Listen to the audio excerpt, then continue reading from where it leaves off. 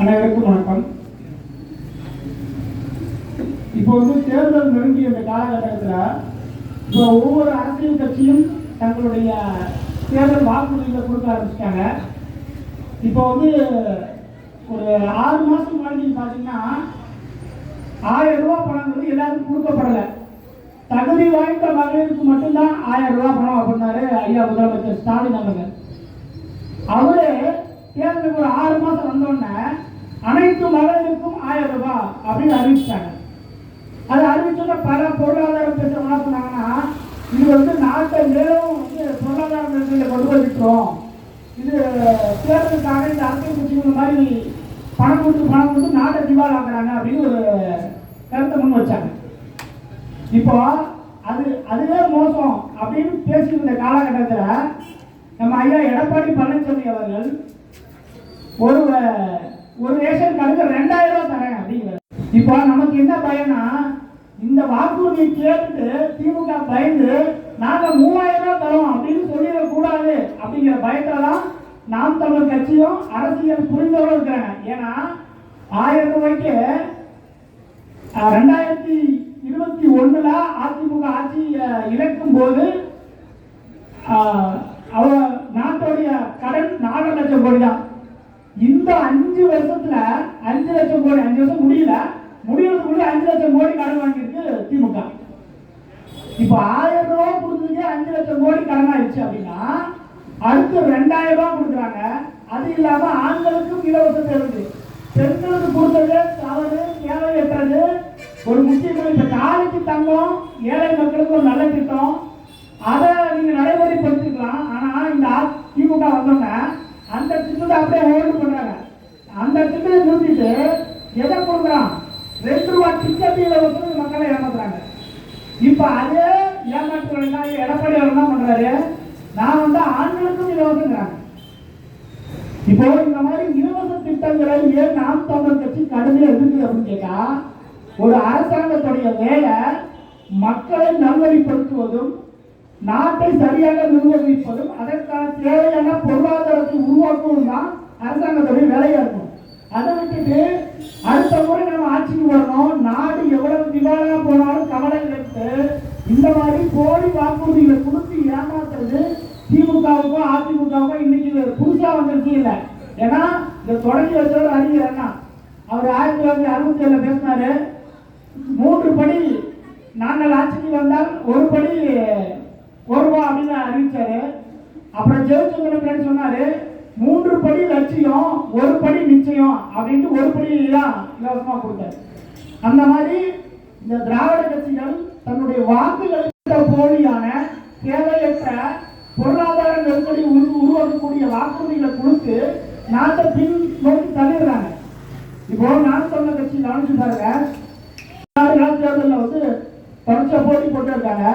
ஒரு தேர்தலில் கூட அண்ணன் சீமான் அவர்கள் நாங்க ஜெயிச்சு வந்தா 1000 கொடுப்போம், 2000 கொடுப்போம், டிவி கொடுப்போம், கிரைண்டர் கொடுப்போம், மிக்சி கொடுப்போம் அப்படின்னு நாம் தமிழர் கட்சி எங்கேயுமே முன்வச்சுல. நாம் தமிழர் கட்சி என்ன கொள்கை முன்வச்சுன்னா, நாங்கள் வென்று வந்தால் தற்சார்பு பசுமை பொருளாதாரத்தை முன்னெடுப்போம். இது நாம் தமிழர் கட்சி புதுசா ஒன்றும் சொல்லல, காந்தியடிகள் சொன்னது, அவருடைய சீடர் ஜே.சி. குமாரப்பா சொன்னது அப்படின்னு நம்ம எடுத்துக்கொள்றோம். அதையும் தாண்டி இப்போ உங்களுக்கு வரலாற்று ஒரு சான்று நான் சொல்ல விரும்புறேன். ராஜராஜ சோழன் ஒரு பெரிய பேரரசர். இப்போ இன்னைக்கு இருக்க தமிழ்நாடு முதலமைச்சர் மாதிரிலாம் ஒரு குறுகிய அதிகாரம் கொண்டவர்கள், வானவழிய அதிகாரம் கொண்ட ஒரு பேரரசர். அவரு தன் மக்களுடைய பொருளாதார மேம்பாட்டுக்கு ஒரு ஸ்கீம் கொண்டு வராரு. அதோடைய திட்டத்தில் அப்படிங்களா, சாவா மூவா பேராது அப்படின்னு ஒரு ஸ்கீம் கொண்டு வராரு. என்ன அந்த ஸ்கீம், அந்த திட்டத்துடைய நோக்கம் என்ன, அந்த திட்டத்தில் விதிமுறைகள் என்னன்னு கேட்டா, அதாவது அரசாங்கம் ஒரு குறிப்பிட்ட ஏழை குடும்பத்தை தேர்வு செஞ்சுட்டு அவர்களுக்கு ஒரு 100 ஆடுகள் கொடுத்துருவாங்க. அதுல 100 ஆடுகள்ல 3 மாதம் உள்ள ஆடுகள் ஒரு 50, 1 வருடம் உள்ள ஆடுகள் 40 இருக்கு, அதுல 10 ஆண் ஆடுகள் அப்படின்னு ஒரு கணக்கு எண்ணிக்கை வச்சு கொடுத்துருவாங்க. 2 அல்லது 3 ஆண்டுகள் கழித்து அந்த அரசாங்கத்திலிருந்து அந்த ஆடுகளை வாங்கின மக்கள் அரசாங்கத்துக்கு திரும்ப கொடுக்கணும். அவங்க எந்த வயதுல ஆடுகளை வாங்கினாங்களோ, 3 மாத வயதுல எத்தனை ஆடு வாங்கினாங்களோ, 1 வயது உடைய வயதுல எத்தனை ஆடு வாங்கினாங்களோ அதெல்லாம் வாங்கினவங்க அரசாங்கத்துக்கு திரும்ப கொடுத்துடணும். இப்போ இந்த அரசாங்கம் என்ன பண்ணணும்னா ராஜராஜ சோழன் இதே ஆடுகளை திரும்ப வேற ஒரு ஏழைக்கு கொடுப்பாரு. அப்ப இந்த திருத்த பத்தி யோசிச்சு பாருங்க. ராஜராஜன் இலவசமா யாருக்கும் கொடுக்கல, 100 ஆடுகளை கொடுக்குறாரு. கழித்து அதே 100 ஆடுகளை அதே எண்ணிக்கையில் அதே வயதில் திரும்ப வாங்கி இன்னொரு ஏழைக்கு கொடுக்குறாரு. அவர் ஒரு 2 ஆண்டுகள் கழித்து அந்த ஆடுகளை வச்சு இனப்பெருக்கம் பண்ணி உற்பத்தி பண்ணிட்டு திரும்ப கொடுத்துருவாரு. அப்போ அதனாலதான் ராஜராஜ சோழன் பேர் வச்சாரு சாவா மூவா பேராடு. ஏன்னா ராஜராஜன் கொடுத்த இந்த 100 ஆடுகள் சாவு போதே இல்லை. ஏன்னா யார்கிட்ட கொடுத்தாலும் திரும்ப 100 வந்துட்டே இருக்கும். அதே மாதிரி மூவா வயசே ஆகாது. ஏன்னா அவர் 3 மாசம் வயசுல 50 குட்டி கொடுத்தாருன்னா அதே 3 மாசம் வயசுல 50 குட்டி திரும்ப வந்துடும்.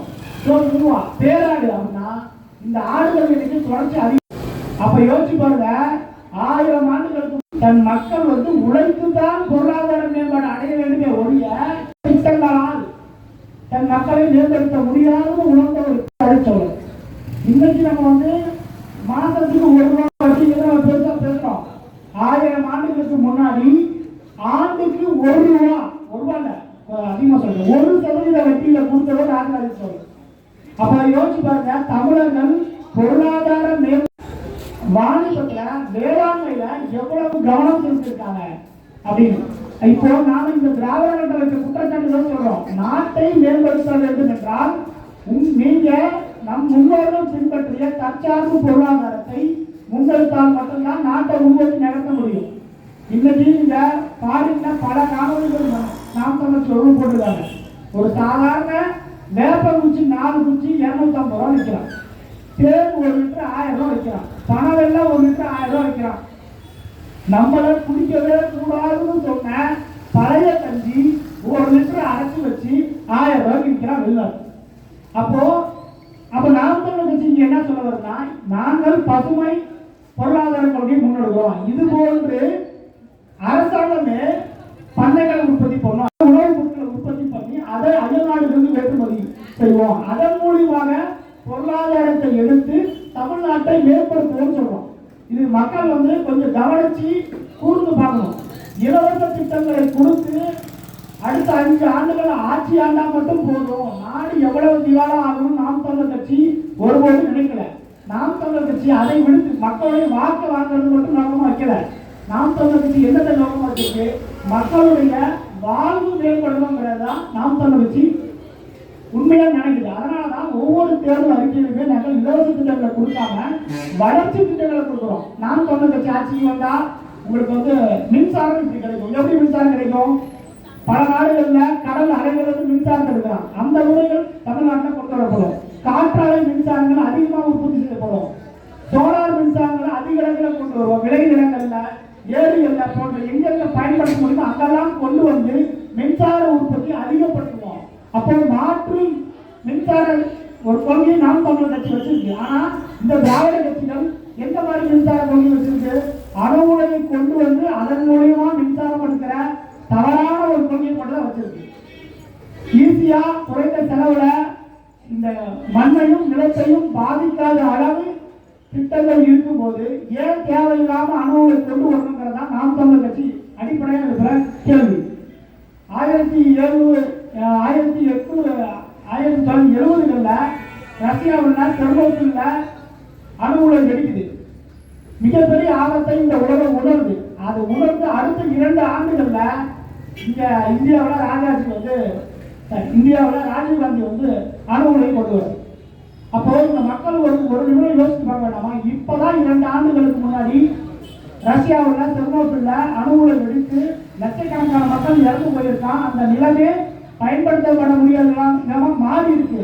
அப்படிங்கிற இந்த சூழல்ல தமிழ்நாட்டில் இந்தியாவில் அதன் பிரதமர் இங்க ஒரு அணு உலை திட்டத்தை கொண்டு விடுவாருன்னா மக்கள் விழிப்புணர்வு எதிர்த்திருக்க வேண்டாமா? இப்ப இருக்க தமிழ்நாட்டில் இருக்க அணு உலைகள் குஜராத்துக்கு கொண்டு போகப்பட்டது. அந்த கட்டுமானம் பாதி நடந்ததுக்கு அப்புறம் அங்க இருக்க மக்கள் அந்த கட்டுமானங்களை அடிச்சு நொறுக்கி துரத்தி விட்டாங்க. அப்படி துரத்தப்பட்ட இடங்கள் தான் தமிழ்நாட்டில் இன்னைக்கு அணு உலைகளால நின்றுட்டு.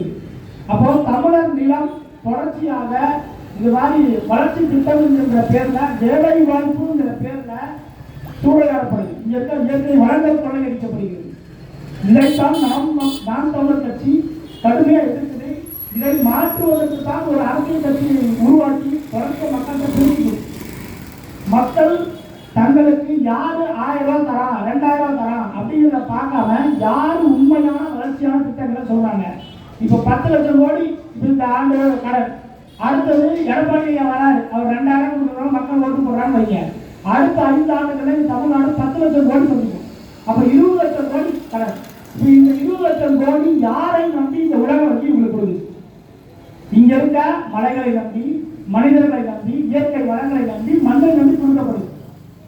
பல நாடுகள்ல ஒரு கொஞ்ச நாள் போய் படிச்ச செய்தி, நாடு வாங்குது. ஒரு நாட்டில் ஒரு தனியார் நிறுவனத்துக்கு சொந்தமா நதி ஓடுங்கிறான், மழை சொந்தமா இருக்குங்கிறான். எப்படி இருக்கு? ஒரு தனியார் நிறுவனத்துக்கு ஒரு நாட்டுக்குள்ள மழை சொந்தமாச்சு, நதி அந்த நாடு கொடுத்த கடன் கட்ட முடியலன்னு அங்க இருக்க நிறுவனங்கள் அதை உறுதியை செஞ்சுக்கிறாங்க. அப்போ நாளைக்கு இது மாதிரி ஒரு நிலை தமிழ்நாட்டில் வரக்கூடாது. அது வரக்கூடாதுன்னா இந்த மண்ணையும் மக்களையும் நெருங்கக்கூடிய நாம் தமிழர் கட்சி ஆட்சிக்கு வரணுங்கிறத வலியுறுத்தி என்னுடைய உரை முடிக்கக்கூடிய நன்றி வணக்கம். நாம் தமிழர். அடுத்ததாக சிறப்புரையாற்ற